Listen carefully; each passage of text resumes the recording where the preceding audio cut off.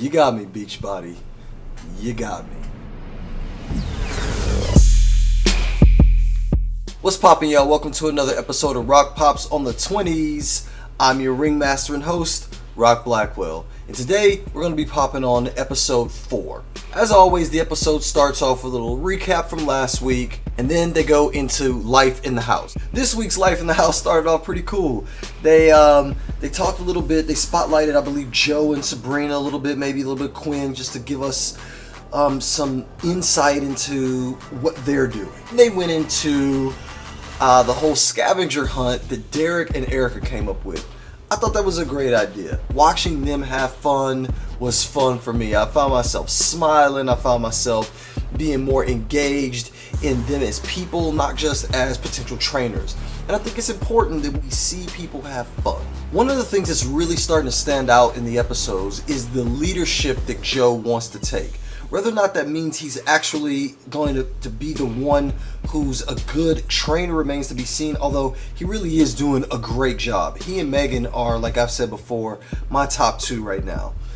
The next part is always the challenge. Pretty cool to see Joel and Jericho come on and tell them like what it's like to have to work with another trainer, which is also, again, important. When you're playing off of someone else, you're gonna have to do things differently than how you would normally do them if it was just you by yourself. And that can work to or against you depending on your personality type. If you're the type of person like Joe, for instance, who likes to take the lead, working in a team can sometimes be difficult, as we'll see when we talk about the black team.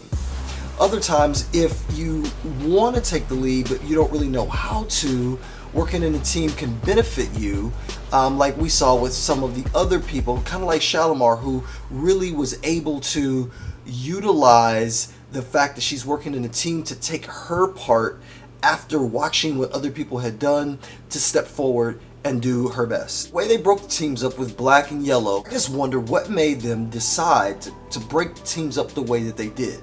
Clearly the numbers were uneven, 4 and 5, and that's okay. But I'm wondering, was it something about the personalities that Beachbody saw? Was it something about their different styles, strengths, or was it like rankings from before? I'm sure it's all of that.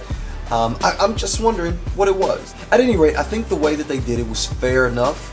You had strong people and weak people on both teams in different ways to see the different strengths that each one of the 20s bring to the house. So the black team went first. At first, Joe, of course, he's stepping up there and he's leading and everything's looking good. I didn't realize that they were going to be rotating.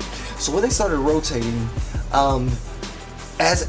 even as they said on the show, they didn't really seem like a cohesive unit. They really seemed more like different people trying to showcase. Not only do I think that the yellow team was better built to be a team, I think that the yellow team benefited from seeing the black team go first. I'm sure Derek would have come with the same type of energy that Derek always comes with, but I think being able to see Joe and what the other people did first gave them the opportunity to look back and say, okay, this is what we really need to do to be able to bring the energy and the leadership and the technicality that needs to be done to teach people a workout for 20 minutes and get hours on Beachbody On Demand. So if you can't tell, I was really impressed by the yellow team.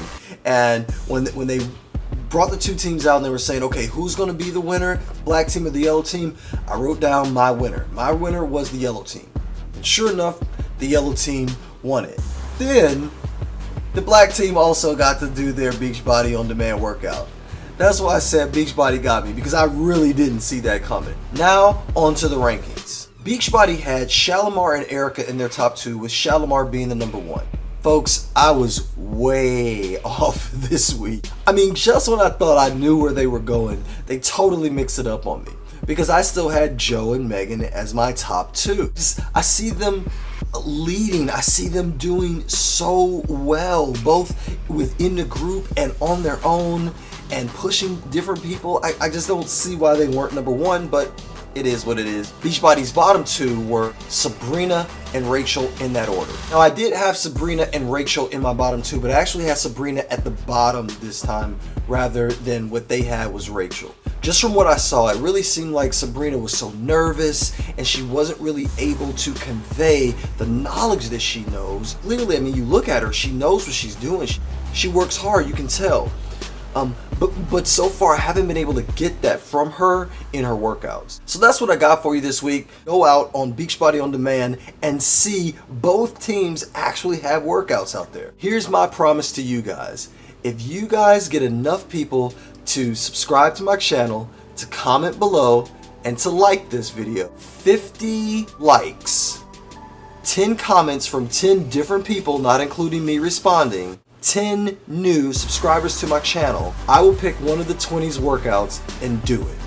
And you guys will be able to watch me do it. And I'll put up a special edition of Rock Pops, just me and my bride working out from the 20s. Next week, looks like they're going to be going to Beachbody headquarters, hooking up with Tony for an outside workout, and then finding a way to work out with Autumn specifically. As always, thank you guys so much for tuning into this episode of Rock Pops on the 20s. Until next time, keep it poppin'. Peace.